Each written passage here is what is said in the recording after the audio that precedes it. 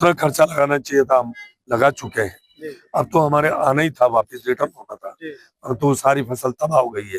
किसानों ने कहा कि हमें मदद चाहिए, और ये चाह रहे किसान चाहे कि बार बार ये जो बाढ़ की हालत बन जाती है और खेती बर्बाद हो जाती है, क्यों नहीं इसका कोई स्थायी निदान निकाला जाए। तो हम चाहेंगे, राजस्थान सरकार से भी बात करेंगे हम, आगे राजस्थान सरकार इसमें क्या करने वाली है, और हम केंद्र सरकार मिलकर किसानों की जो ये तकलीफ है उस तकलीफ को दूर करने की कोशिश करें। केंद्र की सरकार की तरफ से किसानों को भरोसा क्या दिया गया है? देखिए, केंद्र सरकार भरोसा नहीं देती है, काम करती है, मोदी की गारंटी है। मैं सच कह रहा हूँ आपको, मैं खुद किसान का बेटा हूँ, मेरे शरीर में किसान का लहू बहता है, मुझे पता है किसान कितना तकलीफ में है। प्रधानमंत्री जी किसान सम्मान निधि, पहले कभी देश आजाद हुए 78 वर्ष हो गए, कभी सुना क्या किसान सम्मान निधि? अच्छा, किसान को कौन क्या दे सकता है? किसी की हैसियत ही नहीं है। नाम भी क्या दिया उन्होंने? किसान सम्मान निधि। उन्होंने आज 6,000 रुपए 2,000 की वो दे रहे हैं। कृषि बजट को बढ़ावा देने की काम किया उन्होंने। कृषि बजट सबसे बड़ा 5 गुना, तो पहले से 5 गुना कृषि को बजट को बढ़ावा दिया गया है। और किसानों के लिए जब KCC को बढ़ाने की बात करी है, 3 लाख से 5 लाख किया है। और प्राकृतिक खेती को बढ़ावा देने की बात कर रहे हैं, जैविक खेती को बढ़ावा देने की बात कर रहे हैं। किसान खुशहाल कैसे हो, किसान के घर में समृद्धि कैसे आए, इसके लिए प्रधानमंत्री जी के नेतृत्व में कई उपाय किए जा रहे हैं। और मैं कह सकता हूं कि पंजाब का किसान महान है, तो पूरा देश का पेट भरता है। धान का कटोरा है ये तो प्रदेश, और यहाँ का किसान बड़ा मेहनती है, बलशाली है और स्वाभिमानी है।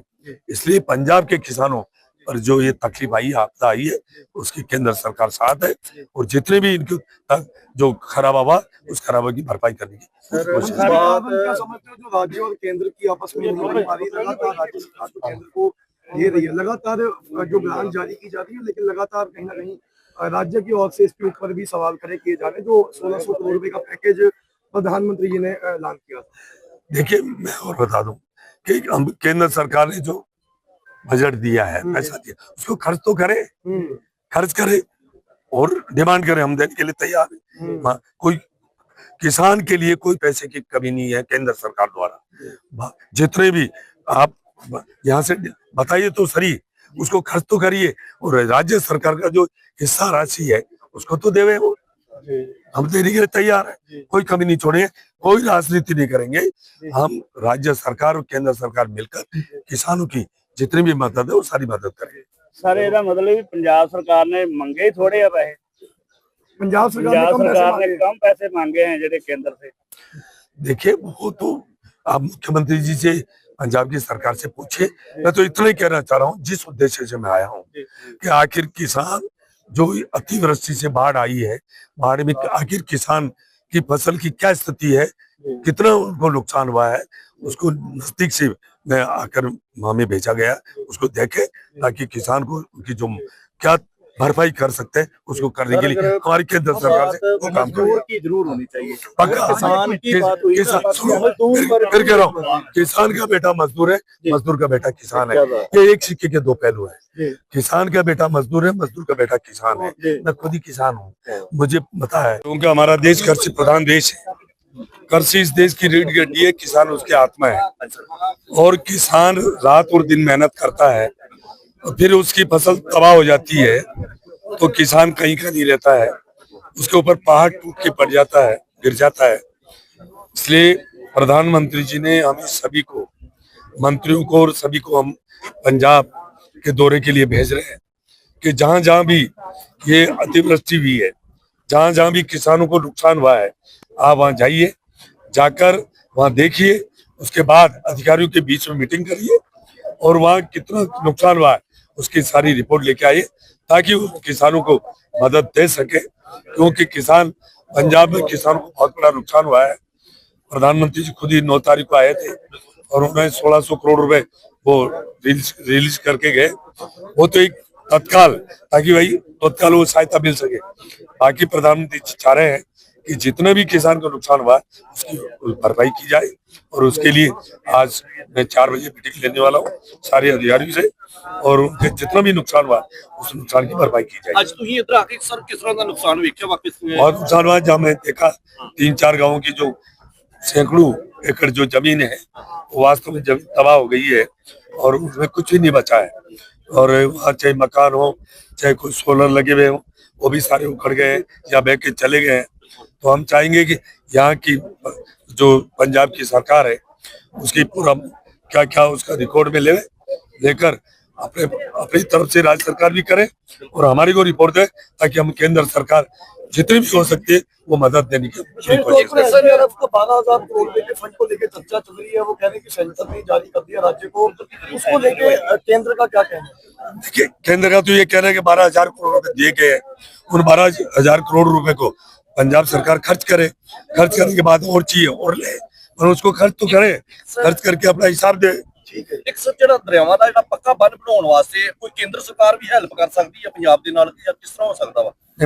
जो केंद्र सरकार है जो पूरे देश भर में जहाँ जब भी आपदा आती है उस आपदा के अंदर केंद्र सरकार पैसा देती है, चाहे किसी हो, चाहे व्यक्तिगत आपदा हो, चाहे सामूहिक हो, चाहे बाढ़ हो, चाहे किसी तरह की नुकसान होता हो, आम जनता चाहे किसान हो चाहे मजदूर हो चाहे कोई भी हो, आम जनता जो होती है उसकी भरपाई करने के लिए केंद्र सरकार के पास।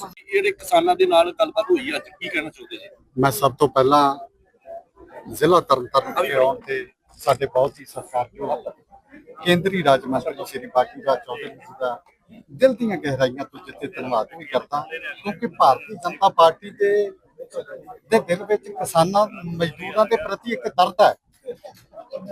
ਕਿਉਂਕਿ ਪਿਛਲੇ ਲਗਾਤਾਰ ਜਦੋਂ ਤੋਂ ਵੀ ਸਾਡੇ ਕੁਦਰਤੀ ਆਫਤ ਦੇ ਵਿੱਚ ਆਏ ਕਿਸਾਨ ਮਜ਼ਦੂਰਾਂ ਦੇ ਜਿਹੜੇ ਨੁਕਸਾਨ ਹੋਏ ਨੇ, ਲਗਾਤਾਰ ਭਾਰਤੀ ਜਨਤਾ ਪਾਰਟੀ ਦੇ ਜਿਹੜੇ ਸੀਨੀਅਰ ਆਗੂ ਆ ਉਹ ਲਗਾਤਾਰ ਜ਼ਿਲ੍ਹਾ ਤਰਨਤਾਰਨ ਦੇ ਵੱਖ-ਵੱਖ ਪਿੰਡਾਂ ਦੇ ਵਿੱਚ ਆ ਗਏ।